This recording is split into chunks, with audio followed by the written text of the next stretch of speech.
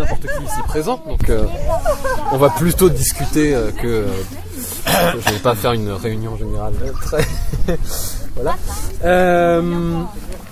Je pense qu'on va essayer de bien diviser en fait ce qu'on fait en godet, ce qu'on fait en pleine terre et ce qu'on va faire en mini-motte ici.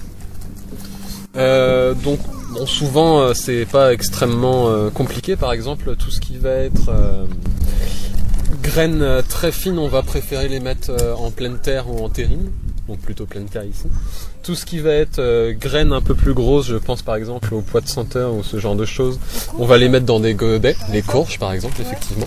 On les met en godet en général par 2 ou 3. Et en fait, quand elles auront germé, je vous le dis pour après, on garde que la plus belle. Tue les 2 autres parce qu'on est très très cruel. Sélection non naturelle. On récupère pas, on peut pas les choses avec. Ah ben alors, les jardiniers sensibles comme moi ont du mal à se résoudre à tuer. Choisir laquelle. Eh ben ouais, c'est purement cruel et gratuit en fait. Assassin. Ah, oui d'ailleurs. Pas toutes, hein. Parce que le ricin, je vous le conseille pas. Non, mais le radis par exemple, ou la carotte, ou ça. En vrai, je suis à peu près sûr que le ricin, vous pourriez le manger comme ça. C'est les graines qu'il faut pas manger.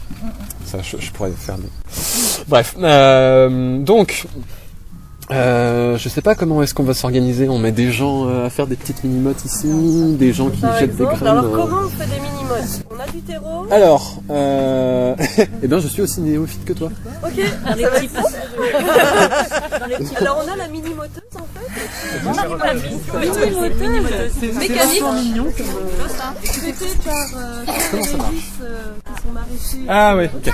Donc en fait, je pense que tu mènes t'étales de la terre, ok. Tu arrives avec ta mini-moteuse, t'appuies sur ta terre, donc tu fais une couche à peu près de cette... je sais pas, ça... Ouais, tu fais un truc bien épais, tu forces bien comme il faut, et ensuite t'appuies. Voilà. On t'appuie dans un truc, dans Alors, une terrine, par exemple. Dans un bac quoi. C'est mieux. C'est mieux. Parce que sinon tu te retrouves juste avec toutes ces petites mini-mottes qui sont là, qui t'attendent. Mais bon, j'imagine. Hein. Okay. Ça c'est la théorie. Donc en mini-motte, qu'est-ce qu'on va faire en mini-motte? On va faire déjà les poireaux. C'est pas la période, si. Les poireaux. Les poireaux. Mais c'est quoi ce professeur? Mais justement, je l'ai dit, je ne suis pas un professeur. Ça dépend Voilà. des graines en fait. Parce que Des passionnés. mieux avec ça. Ouais. C'est ce qu'il y a pour février, mars, avril. On reconnaîtra quand même Dans la la théorie. formidable organisation de Salomé. Hein. Moi, je pense que... Bravo Salomé. Bravo, Hier bravo. soir à minuit à peu près. Après avoir parlé toute la soirée. Donc, on a février, mars, avril, ok. Poireaux, mars. Bon, si, très bien. Nickel. Alors tout ça c'est de la théorie, hein. À toi de nous dire si... Oui, mais on apprend sur le tas. Voilà, ok. Mars. Ah, Ah bah non, attends. Merde. Ça va couler.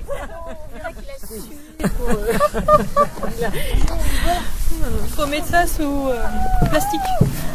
Attends, non, mais faut toujours baptiser des documents comme ça, parce que sinon, le pantalon microbe rien, je pense. Alors, qu'est-ce que j'ai celui encore? C'est celle-là. Qu'est-ce que je veux dire? Je vais mettre de la terre là.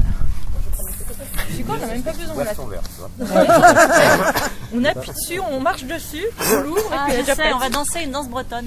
Tasser la terre. Ah oui, on appelle le filet menu. Vous connaissez le filet menu? Je suis pas sûr, je pense qu'il faut faire une bonne épaisseur et après appuyer en fait. Parce que sinon tu vas pas tasser. En fait, c'est surtout que tu vas pas tasser dans ta mini-moteuse et tu vas avoir du mal à la mettre. J'en sais rien. On va essayer. Cette danse, elle s'appelle l'expérimentation. Ah, voilà, c'est une danse expérimentale. En général, on dit qu'on... Pour ceux qui connaissent un peu, on dit qu'on bouine. Pour les Bretons. Quand vous essayez une culture de votre côté, vous bouinez. On dit bouiner pour quelqu'un qui... Quand vous essayez de faire un truc de votre côté et qui, quand vous bricolez enfin, moi c'est l'usage que j'en fais. C'est pas fou, c'est ça qu'on dit. Tu fais quelque chose et t'avances à rien. Ah, tu bouines. Moi je connais couiner, mon matelas est queen, mais... Non, bah non, moi. C'est une expression locale. Donc on va essayer de faire un maximum de choses différentes. Et tu dis que tu bouines aussi? Donc radis, panais, fèves, aubergines, arroches, laitue, roquettes, céleri, côte de bête, je ne connais pas. C'est bon, ça. Ah ouais? Ça pousse comme des mauvaises herbes. Ah bah très bien. Poireaux, épinards, basilic, houblon, parce que on va faire de la bière. Là, tu commences à m'intéresser. Alors, je suis désolé, mais je vais peut-être vous apprendre quelque chose pour certains. Le houblon, c'est juste pour aromatiser la bière, en fait. La bière, sinon, c'est surtout du grain, en fait. C'est de l'orge. On peut même faire avec du blé, d'ailleurs. On le fait pas parce que ça coûte très cher, mais on peut. Les fleurs de De la ciboule, du persil, de l'agastache. Donc nous avons découvert ça tout à l'heure. C'est une jolie petite fleur aromatique qui sert comme condiment. Oignon, réglisse, piment, il y a encore temps effectivement. Poivron, maïs, potimarron. Parce que franchement les potimarrons, c'est vraiment trop cool. Melon, bon, ça par contre faudra que ça reste tout serre, je pense. Ou vraiment en plein soleil, mais ça c'est un peu plus compliqué. Et tu rajouteras la roche rouge. La roche rouge. On va faire ça tout à l'heure. De toute façon, on va en faire un maximum. C'est quoi la roche rouge? Moi, j'ai découvert. La roche, c'est une laitue, non? Ça peut être consommé cru ou cuit comme l'épinard. Ouais, donc ça, Grande feuille. c'est comme c'est mangé comme une salade. Ouais. Carottes, radis. Bon, je vais pas vous faire toute la liste parce que on est vraiment très bien pourvu visiblement. Au niveau des températures, ok, on peut tout semer. Ouais.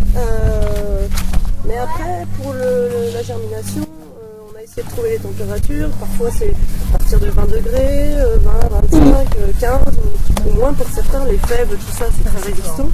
Ouais. Alors, en fait, Comment on fait après? Si on sème là et qu'il y a encore du froid à venir. Où est-ce que tu vas semer? Dans la serre ou à l'extérieur? ben, en fait, j'ai bon espoir que la serre ne gèle jamais.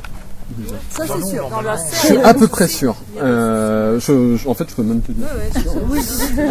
Déjà parce que bon, les risques de gel sont limités, mais même si on a des gels à -3, -4, je pense que là, tel qu'il est, le fumier bien activé, etc., ça va réchauffer bien ta serre. Ça reviendra bien. Donc, on va activer le fumier aussi ensemble. On va donner une bonne odeur à Anne-Claire pour qu'elle puisse. Sympa. Parce que là, il est pas actif. Là. Ça peut être une source d'inspiration, une bonne odeur. Donc, tu nous diras aussi comment. Je crois qu'il suffit juste de l'humidifier. Oui, et oui, de le c'est, laisser, de le tasser peut-être. Un peu, mais pas trop. Faut qu'il respire en fait. Alors ça, justement, c'est un petit conseil que je peux vous donner si jamais vous faites du compost chez vous. Si vous regardez par exemple, vous prenez un tas d'herbes, vous venez de vous couper votre herbe, etc. Si vous la laissez comme ça, vous mettez votre main le jour d'après, elle est super chaude. Tout à fait. C'est parce que le compostage s'est activé extrêmement vite. Vous avez une fermentation extrêmement active. Et vous revenez une semaine après, votre truc, il est froid. Il s'est complètement arrêté. Vous l'ouvrez, vous avez effectivement ce qui ressemble un peu à une moisissure blanche qui s'est énormément développée et qui s'est complètement arrêtée. Et vous pouvez laisser votre tas là pendant à peu près 3-4 ans. Si vous faites rien, il se décomposera à une vitesse lamentable. En fait, c'est parce qu'il ne respire plus. Il n'y a plus d'air, les bactéries et les champignons ont tout bouffé, tout l'air en fait. Il reste énormément de choses à décomposer, mais il n'arrive plus à respirer, donc il ne fait plus rien. Et c'est exactement la même chose avec notre tas de fumier en fait. Si on le tasse trop, ou si on l'arrose trop, eh bien on va pas avoir assez d'air pour qu'il se décompose bien. Donc, docteur, que doit-on faire? Alors en fait, ce qui doit être fait, c'est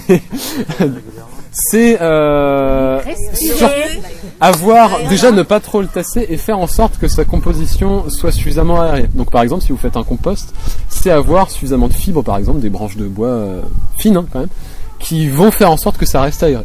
Par exemple, avec de l'herbe, effectivement, ça marche bien. Vous mettez votre herbe avec des brindilles et des petites branches, etc. Pas plus gros que ça normalement.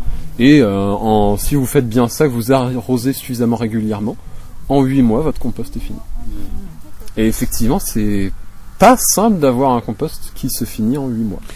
J'ai une question à poser. Est-il nécessaire d'avoir un bac à compost ou on peut faire un compost naturel? Vous pouvez faire ça complètement dans un tas tranquille au fond de votre jardin. Ah, ça m'intéresse. Je suis tellement radin.